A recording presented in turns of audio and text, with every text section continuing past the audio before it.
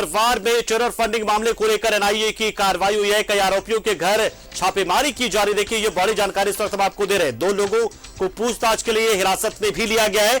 बेती गांव में ये छापेमारी की कार्रवाई चल रही। देखिए, बड़ी जानकारी इस वक्त हम आपको दे रहे हैं, जिसमें एनआईए की ओर से टेरर फंडिंग से जुड़े मामले को लेकर छापेमारी की जा रही है और फिलहाल 2 लोगों को हिरासत में लिया गया है। पूछताछ के लिए हिरासत में लिया गया है।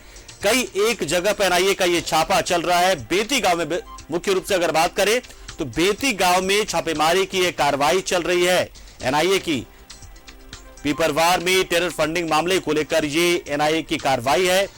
नेशनल इन्वेस्टिगेशन एजेंसी एनआईए की ओर से ये छापेमारी की कार्रवाई। बता दें आपको कि टंडवा आम्रपाली के तमाम से जुड़े जितने प्रोजेक्ट है वहां पर टेरर फंडिंग से के जुड़े होने का मामला सामने आया था, जिसमें उग्रवादियों और नक्सलियों का इस्तेमाल वहां पर किया जा रहा था। उन्हें फंड किया जाता था ताकि, और इसी मामले में एनआईए की ओर से छापेमारी की जा रही है। बेती गांव की बात बताई जा रही है। 2 लोगों को पूछताछ के हिरासत में भी लिया गया है।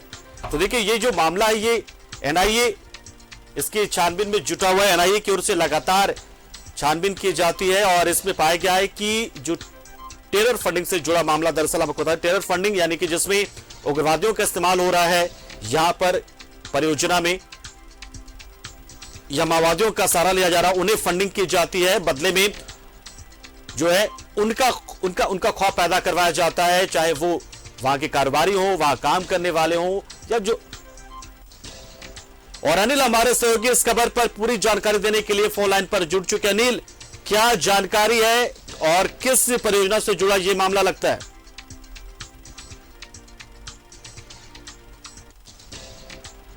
खबर है कि एनआईए के द्वारा लगातार टेरर फंडिंग मामले को लेकर जिस तरह से कार्रवाई की जा रही थी, उसी के तहत आज चतरा जिले के पिपरवार थाना क्षेत्र के बेती गांव में एनआईए के द्वारा कार्रवाई की जा रही है।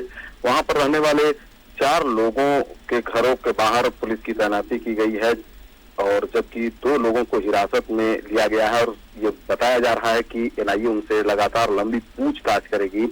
आपको बता दें कि जिस तरह से मगध आम्रपाली कोल परियोजना में टेरर फंडिंग और नक्सलियों को मदद पहुंचाने के आरोप में जो गिरफ्तारियां हुई थी, वो सिलसिला लगातार बढ़ते हुए अब पिपरवार अशोका कोयला क्षेत्र में भी ये पहुंच चुका है। और दूसरी अहम बात यह है कि जो टीपीसी के भीखन मंजू की गिरफ्तारी हुई थी और एनआईए के द्वारा जो रिमांड पर लेकर उनसे पूछताछ की गई थी, उसमें एक था हथियार सप्लाई का मामला।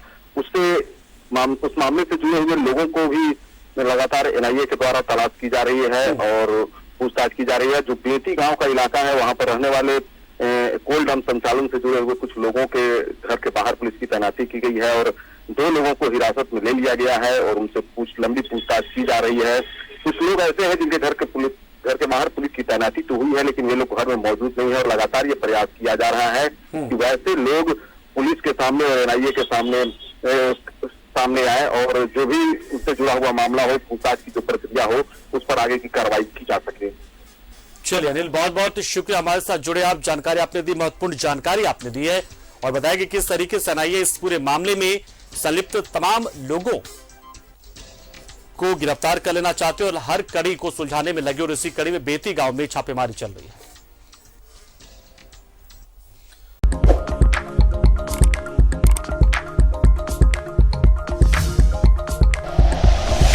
Like and share videos, subscribe करें हमारा चैनल और प्रेस करें बेल आइकॉन। न्यूज़ 11 भारत, सच है तो दिखेगा।